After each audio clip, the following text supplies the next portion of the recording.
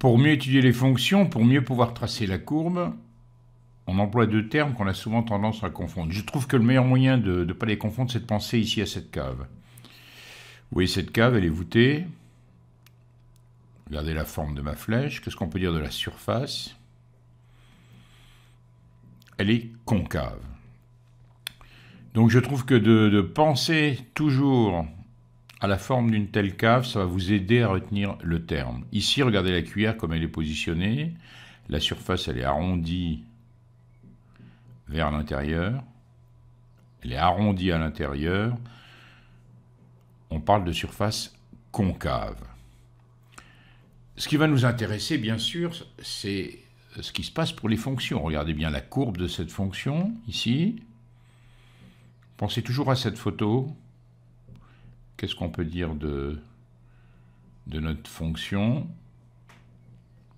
Elle est concave sur l'intervalle considéré.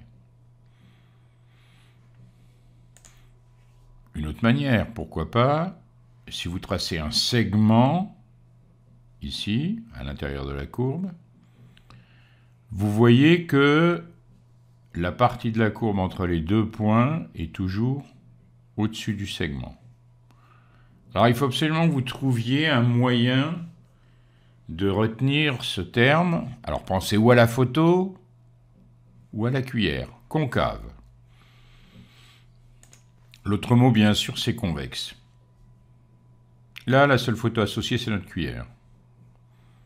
Elle est bien bombée vers l'extérieur. Et si je pense à mes segments ici, pourquoi est-ce que je peux dire que cette fonction ici est convexe? C'est parce que si je trace un segment, j'ai la partie de la courbe qui se trouve en dessous de ce segment.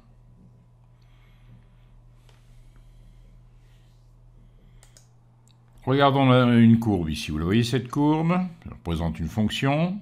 On ne va pas être très précis. On va penser toujours à notre histoire de concave convexe. Je vois bien ici, au départ, elle serait comment? Concave. Et puis, il y a un moment où ça s'infléchit, il y a un point particulier où j'amorce maintenant une fonction qui devient, une partie de la fonction qui devient convexe. Concave, vous la voyez? Convexe, ça s'arrête à peu près ici et ça redevient comment? Concave. Alors pour cette partie ici, pensez à notre cuillère de tout à l'heure.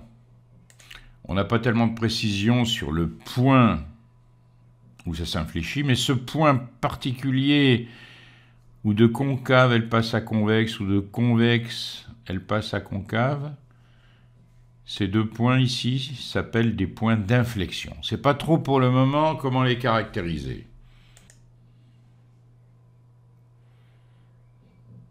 Alors reprenons l'exemple de la courbe, ce coup-ci sur GeoGebra. Vous voyez ici un point, comme on le disait tout à l'heure, concave, tout d'un coup convexe, et de nouveau concave.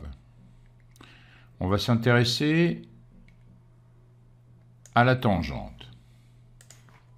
Alors regardez bien, j'ai ici la tangente à la courbe point A. Je me déplace. Dans la partie concave, qu'est-ce que je peux dire de la courbe? Elle est en dessous de la tangente. Vous le voyez? Et puis, regardez bien, il y a un moment précis où cette tangente, elle traverse la courbe. Ce point, tout à l'heure, je l'ai appelé un point d'inflexion.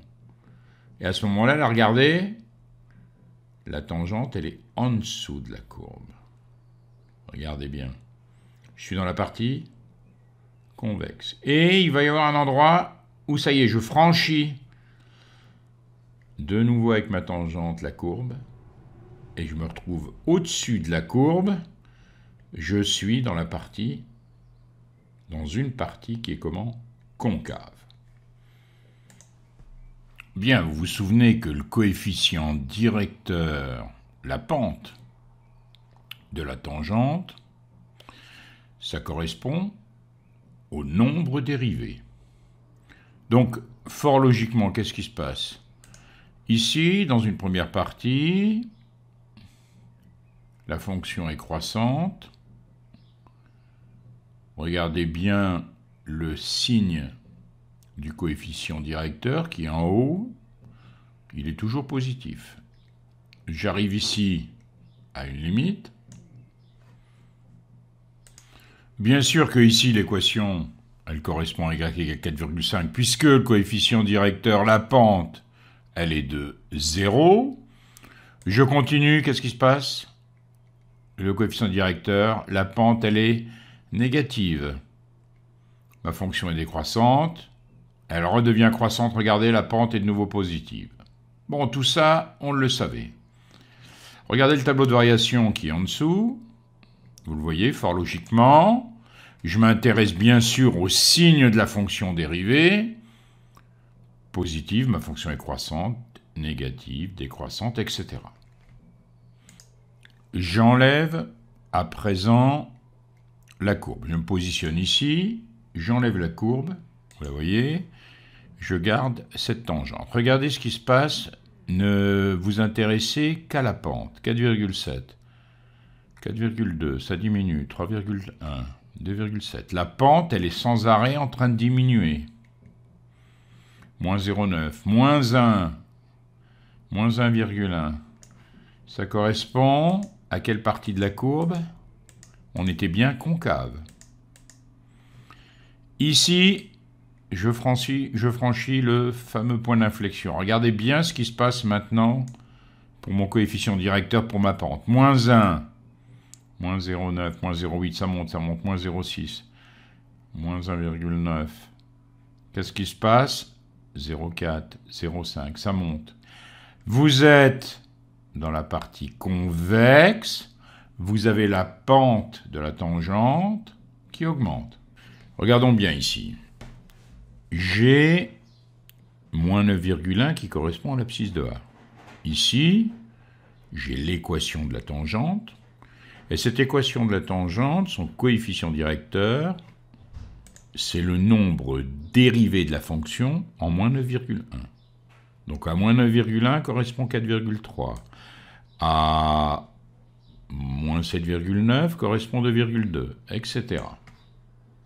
Je peux très bien fabriquer une fonction qui, à chaque abscisse ici, va me faire correspondre le nombre dérivé. Si on affiche la trace ici de ce point, alors regardez bien qu'est-ce qui va se passer. Je vais obtenir évidemment, fort logiquement, une courbe. Regardez bien cette courbe en bleu. Alors doucement, à quoi elle correspond cette courbe en bleu? À ce qu'on appelle la fonction dérivée. Et j'obtiens donc cette fonction en bleu qui correspond à la fonction dérivée de la fonction de départ, ici qu'on pourrait appeler f. Alors on va finir pour aujourd'hui par ceci, et on continuera la prochaine fois. Regardez bien maintenant, focalisez-vous sur la partie bleue, c'est-à-dire notre fonction dérivée. Vous la voyez cette courbe? Ici, cette fonction dérivée, elle est comment, croissante ou décroissante? Elle est décroissante, décroissante, décroissante. Ici, entre moins 4 et moins 2, elle recommence à être croissante. Donc quand cette fonction dérivée décroissante, qu'est-ce que vous avez? Votre fonction de départ concave. Ensuite, quand votre fonction dérivée est croissante, qu'est-ce qu'on peut dire de la courbe verte? Elle correspond à une partie qui est convexe. Et ensuite, attention, quand notre fonction dérivée, elle est de nouveau décroissante, évidemment, ici, ça redevient concave. On va en rester là pour le moment, bien assimiler ce phénomène, et on verra demain comment précisément on peut déterminer l'intervalle sur lequel une fonction est concave ou convexe.